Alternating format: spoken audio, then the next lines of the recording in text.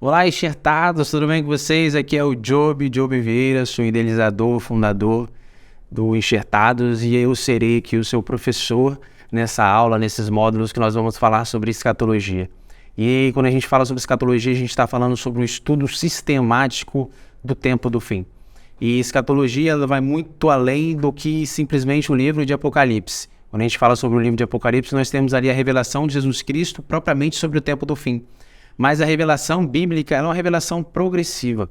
Ela vem desde Gênesis e culmina em Apocalipse, explicando para todos os servos de Deus o que Cristo tem pretendido para o seu julgamento, para a sua ira, para a salvação daqueles que nele esperam. Então, quando a gente falar sobre escatologia, a gente não está simplesmente falando sobre o livro de Apocalipse, nós estamos falando sobre realmente toda a Bíblia e o que ela nos diz a respeito do tempo do fim. O que a Bíblia do Antigo Testamento explica sobre a Bíblia do Novo Testamento, o que Apocalipse fala, que é corroborado por Jeremias, por Isaías, por Ezequiel, o que nós podemos aprender com todos esses profetas. Então, venha conosco, pegue papel e caneta, que nós vamos falar sobre muitos conceitos e alguns complexos. Então, estejam preparados para realmente estudar à vontade, para você entender de verdade o tempo do fim. Então, vem comigo que a gente vai realmente se aprofundar daqui em diante.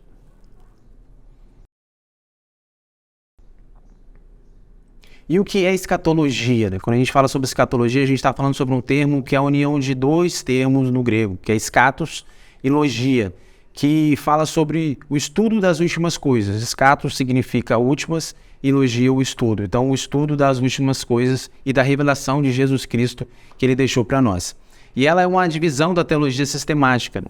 A teologia sistemática que fala sobre vários assuntos bíblicos, como pneumatologia, que é o estudo do Espírito Santo, a teotologia, aí tem sobre heresiologia, angiologia, enfim. Vários temas são separados nessa teologia sistemática para que a gente consiga fazer um estudo realmente efetivo e aprender aquele tema bíblico de uma maneira consistente e verdadeira. E quando eu falo sobre escatologia, eu estou falando sobre um tempo que fala da primeira vinda de Jesus Cristo até a segunda vinda de Jesus Cristo, né? Então, quando a gente falar sobre escatologia, a gente está falando exatamente disso. Eu não estou falando simplesmente de 7 anos ou 3 anos e meio do fim dos tempos. Eu estou falando da primeira vinda de Jesus Cristo até a sua segunda vinda.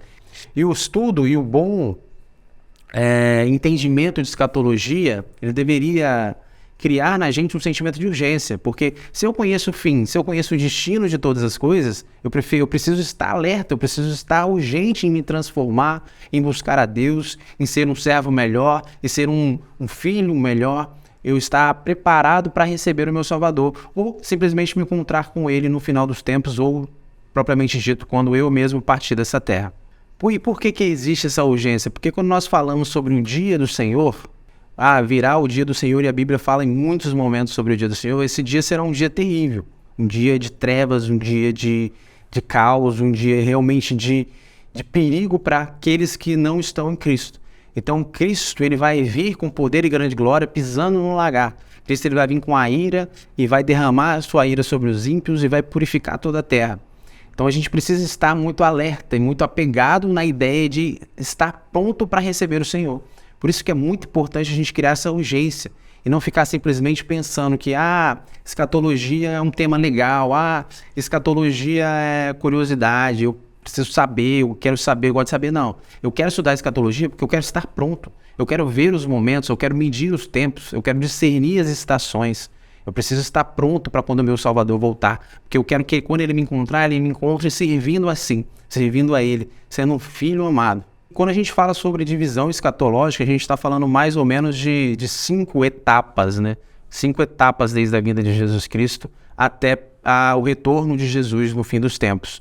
E quando o Gálatas 4:4 vai dizer bem assim, e vindo a plenitude do tempo, Deus enviou seu Filho.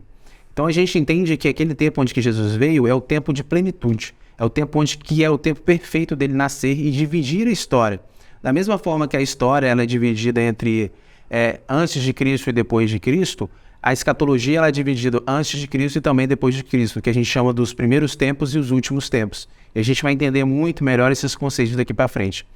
Mas sobre a divisão da escatologia, a gente pode falar que existe esse tempo realmente antes da vinda, Mas aí a primeira vinda de Cristo é um primeiro marco da escatologia, o princípio das dores é um segundo marco da escatologia, e a grande tribulação é um terceiro marco da escatologia, a ira do Cordeiro é um marco da escatologia, a volta de Cristo é outro marco da escatologia, e por fim, o governo milenar de Cristo na Terra é um marco.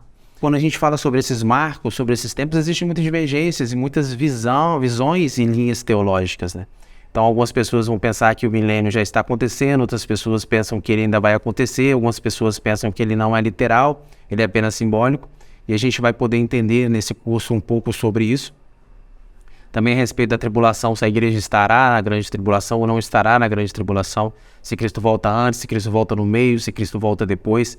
E a gente vai entender aqui um pouco dessas visões, mas claro que o que eu vou deixar para vocês aqui é o meu entendimento e eu vou embasar biblicamente esse entendimento para que vocês consigam criar esse senso crítico das visões, mas também avaliar se o meu ponto de vista está correto ou não, e isso a partir das bases bíblicas que eu vou passar para vocês.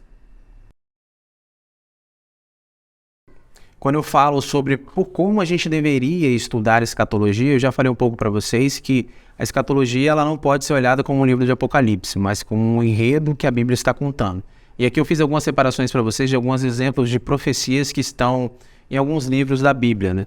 E aí você pega lá em Gênesis 12:3 vai dizer: "E abençoarei os que te abençoarem, e amaldiçoarei os que te amaldiçoarem, e em ti serão benditas todas as famílias da terra."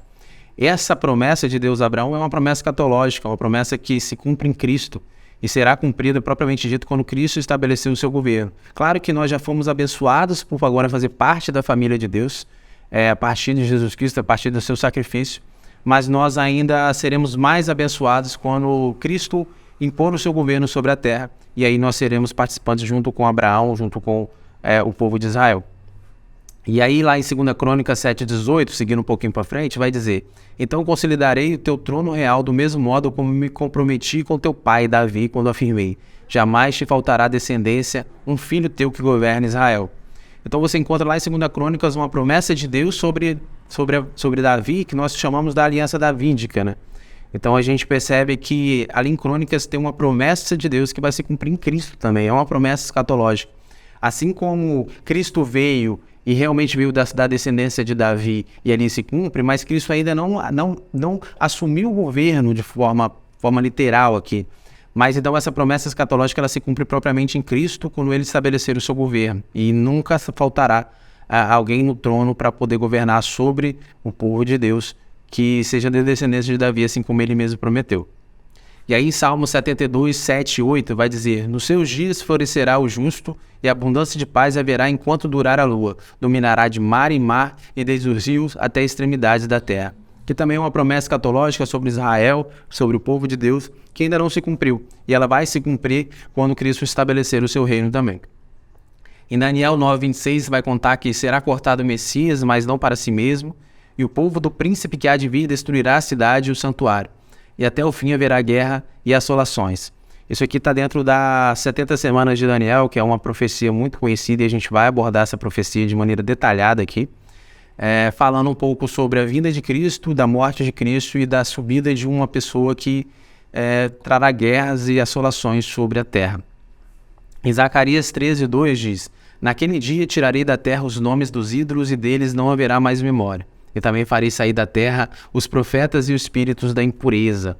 Então lá em Zacarias a gente vai encontrar mais uma vez uma promessa escatológica de que Deus vai purificar a terra a partir de Cristo, e Cristo reinará numa terra próspera e pura, sem maldade, sem pecado, né? E lá em 2 Tessalonicenses 2:3 diz: "Ninguém de maneira alguma vos engane, porque não será assim sem que antes venha a apostasia, e se manifeste o homem do pecado, o filho da perdição." Então aqui já é Paulo falando sobre o tempo do fim, falando que no tempo do fim, antes que realmente venha o fim, vai haver uma grande apostasia e o homem do pecado se manifestará sobre a terra. E aí, propriamente dito, quando a gente chega em Apocalipse 1.1 vai dizer que a revelação de Jesus Cristo, a qual Deus lhe deu, para mostrar aos seus servos as coisas que brevemente devem acontecer, e pelo seu anjo as enviou e as notificou a João, seu servo. Então a gente encontra em Apocalipse o culminar da toda a revelação escatológica, o que realmente vai acontecer no tempo do fim. Mas aí é importante entender que muitas coisas que estão em Apocalipse são explicadas melhor no Antigo Testamento, ou corroboram fortemente no Antigo Testamento, ou em outros livros da Bíblia. E é esse estudo sistemático e hermenêutico que a gente vai fazer daqui por diante.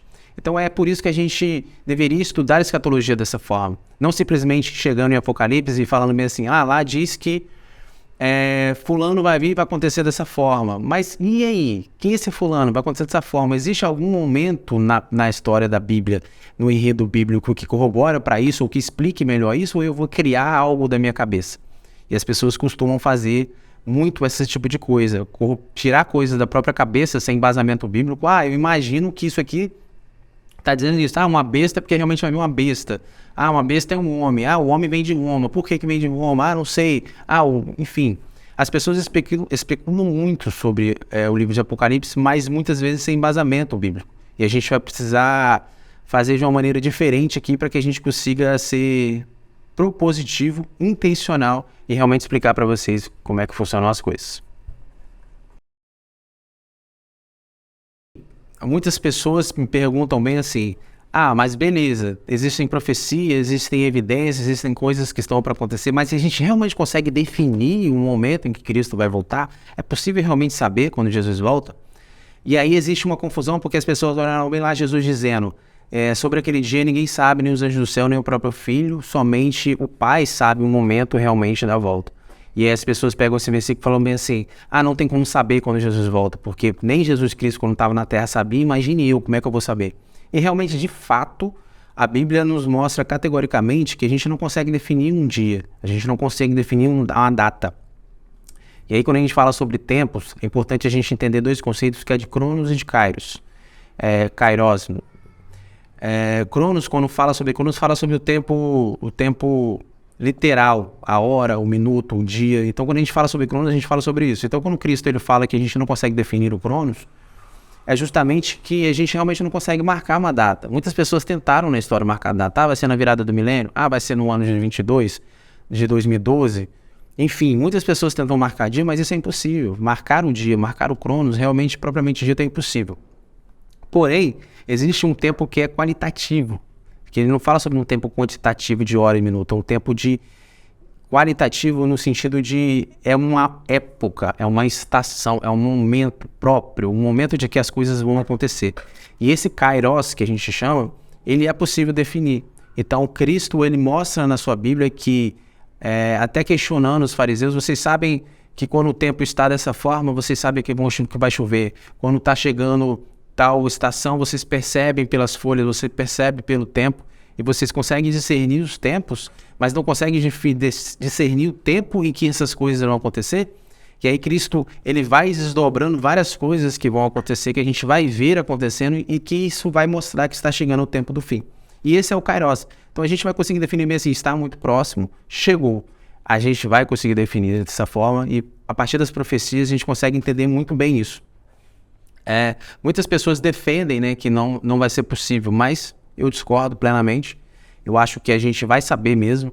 Algumas pessoas creem naquela história da iminência, né, que Jesus pode voltar do nada, e a gente não tem como perceber. Então, se a gente consegue definir um tempo e uma estação, a gente perde a ideia da iminência. Mas primeiro que a volta de Cristo ela é breve, ela não vai pegar a igreja de surpresa. A volta de Cristo ela vai pegar o mundo de surpresa. Mas o próprio Cristo disse que aqueles que são os amigos dele, não vos chamam mais servos, vos chamam amigos. Porque os servos não sabem o que o seu Senhor está fazendo. Mas eu os chamo amigos porque ele deis a conhecer todas essas coisas.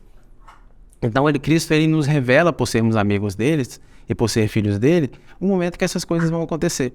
Então é muito importante entender isso. Que mesmo embora eu não consiga marcar uma data, eu consigo marcar um tempo, eu consigo ver a estação, consigo ver a figueira brotando, eu consigo ver as folhas, eu consigo saber que o fruto está chegando, eu consigo entender o momento em que Cristo vai voltar, mesmo não conseguindo marcar uma data, e a igreja ela não vai ser pega de surpresa, a igreja vai conseguir discernir e perceber todas as coisas. Isso é muito importante a gente entender, né, todos esses conceitos, né? O que é escatologia, por que a gente deveria estudar escatologia, se realmente a gente consegue entender realmente a volta de Cristo no momento que ele vai voltar. E essa introdução aqui sobre a escatologia ela é muito importante para que a gente consiga formar conceitos. Então todo esse primeiro módulo que a gente está conversando aqui, que vai ser mais ou menos 5 aulas, 5, 6 aulas, a gente vai falar muito sobre conceitos, falar muito sobre realmente o conceito introdutório, o que você precisa reforçar, para quando eu chegar lá na frente e falar com você alguma coisa, vocês não ficarem, às vezes, confusos. Mas por que é assim? Por que dessa forma? Mas não está escrito assim, assim, assim, assado? Não, então a gente vai fazer uma base, primeiro fazer uma cama para que a gente consiga entender. E essa primeira aula eu quis falar um pouquinho sobre o que é escatologia para vocês, falar um pouquinho sobre como deveríamos estudar escatologia, e na próxima aula a gente vai falar um pouquinho sobre visões escatológicas, sobre ideias escatológicas, sobre as diferenças dessas linhas escatológicas que tem muito por aí. Vocês devem ter alguma que vocês já receberam na igreja, e a gente vai conseguir analisar o que tem de certo e errado em cada uma, e qual que é que realmente se aproxima mais do que eu entendo como verdade bíblica pelo que a própria Bíblia diz. Então a gente se vê na próxima aula, baixa o material dessa aula aqui, que já está disponível, e a gente se vê na próxima aula. Graça e paz.